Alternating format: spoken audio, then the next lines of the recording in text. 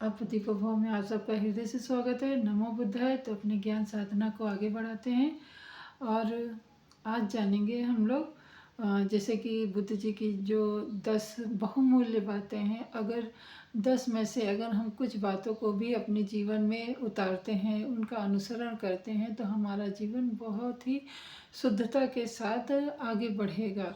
तो इसी जो श्रृंखला है पारमिताओं की श्रृंखला, तो आज हमारी चौथी पारमिता होगी नष्कर्म की।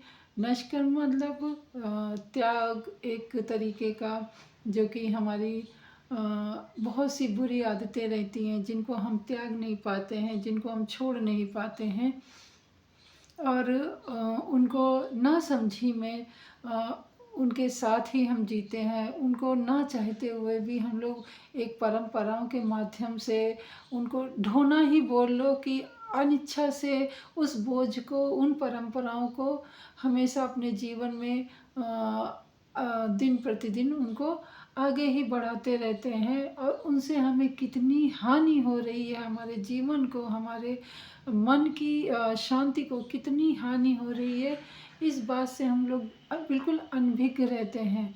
तो इस अगर नष्कर्म की पारमिता को अगर हम लोग महत्व देते हैं, जैसे दान की पारमिता को, ध्यान की पारमिता को और ज्ञान की पारमिता को, फिर हमारा वो वीर पारमिता थी और इस तरीके से शील की पारमिता है। इन सबको जब हम महत्व देते हैं तो हमें नष्कर्म की पारमिता पे भी थोड़ा सा जोर देना चाहिए, ध्यान देना चाहिए, क्योंकि हर चीज़ तो हम लोग अपने जीवन में उतारते ही हैं। तो क्यों ना कुछ चीज़ें हम लोग ऐसी छोड़ें जो हमारे जीवन में उपयोगी नहीं है, हमें एक भार से स्वतंत्र करे, ऐसा कुछ हमने अपने जीवन में करना चाहिए। तो नष्कर्म क्या होता है, जब आप इसके अर्थ को समझ जाएंगे, जब आप इसकी महत्व को समझ जाएंगे, तो आपको शायद इसको पालने में और जो पारमिता है उसको धारण करने में आपको कोई संदेह नहीं होगा। तो जैसे हमारे मन में बहुत सारी बुराइयां रहती हैं, कहीं ये कोई ज़रूरी नहीं कि आप लाखों करोड़ों की ही संपत्ति चोरी करो या फिर बहुत बड़ा अपराध करो। अपराध तो अपराध होता है, चाहे वो सुई की नोक के बराबर हो, चाहे वो पहाड़ के समान हो। अपराध अगर है तो वो रहता ही है। तो हम क्या ना सुई की नोक के बराबर अपराध करें, ना ही पहाड़ की समान अपराध करने से बचें। क्यों? क्योंकि अगर हमें समझ आ गई तो हम अपराध करेंगे ही नहीं। जब अपराध नहीं करेंगे तो हमारा दोषपूर्ण जीवन रहेगा। जब दोषपूर्ण जीवन रहेगा तो हमारी सांसें बिल्कुल स्वच्छंद चलेंगी और जब सांसें स्वच्छंद चलती हैं तो हमारे अंदर बहुत कुछ अंदर सुंदर सा कुछ सुगठित होता है, कुछ सुंदर सा संसार बनता है जहाँ अपार शांति मिलती है। तो आपने जैसे कि देखा कि एक छोटी सी हम बुरी आदत को छोड़ दें, जैसे कि बात बात में कुछ लोगों की आदत रहती है झूठ बोलने की, चाहे वो झूठ किसी को लाभ करे या हानि करे, पर कुछ लोगों की जाने अनजाने में आदतें ऐसी बन चुकी हैं कि उनको समझ में ही नहीं आता कि उनकी ये आदतें कब बिल्कुल जीवन से जुड़ चुकी हैं। छोटी छोटी बातों में झूठ बोलना, चाहे वो छोटी सी ही चीज़ हो। अभी हम यहाँ पे बच्चों को ले लेते हैं।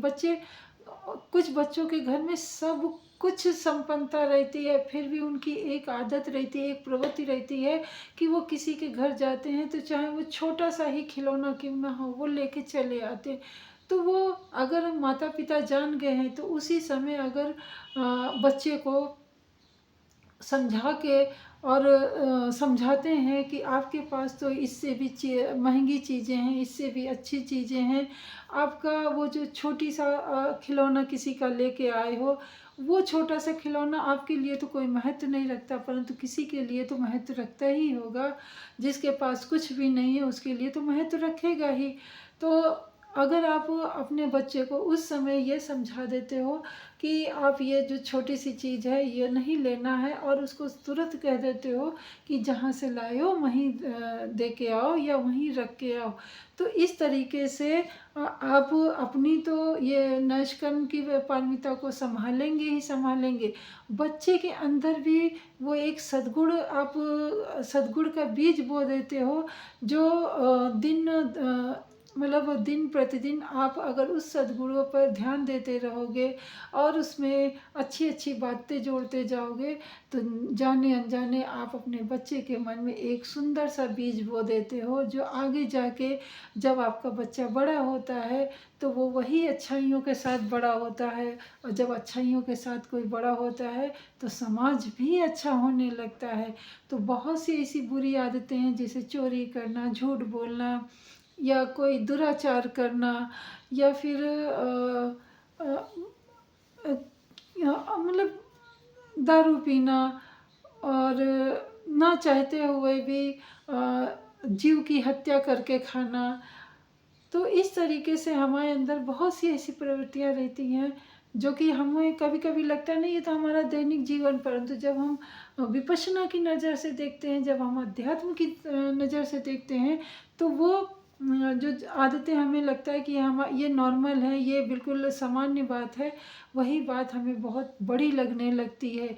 केवल क्या होता है, ध्यान साधना में ध्यान साधना से हमारा जो जीवन को देखने का नज़रिया है वही परिवर्तित होता है, बाकी और कुछ भी नहीं परिवर्तित होता है, बाकी सब जैसे का तैसा ही रहता है।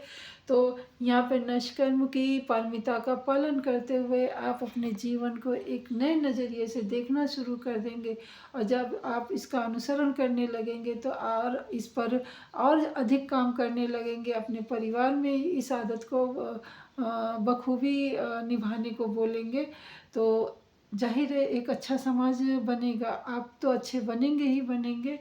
तो आशा है आपको निष्कर्म की पारमिता के विषय में जो महत्वपूर्ण बात मालूम पहले से थी या अब मालूम हुई है, फिर भी आप अपने जीवन में उतारने की कोशिश करिए, जिससे कि आप तो अच्छे बने ही, देश समाज सब सुंदर हो।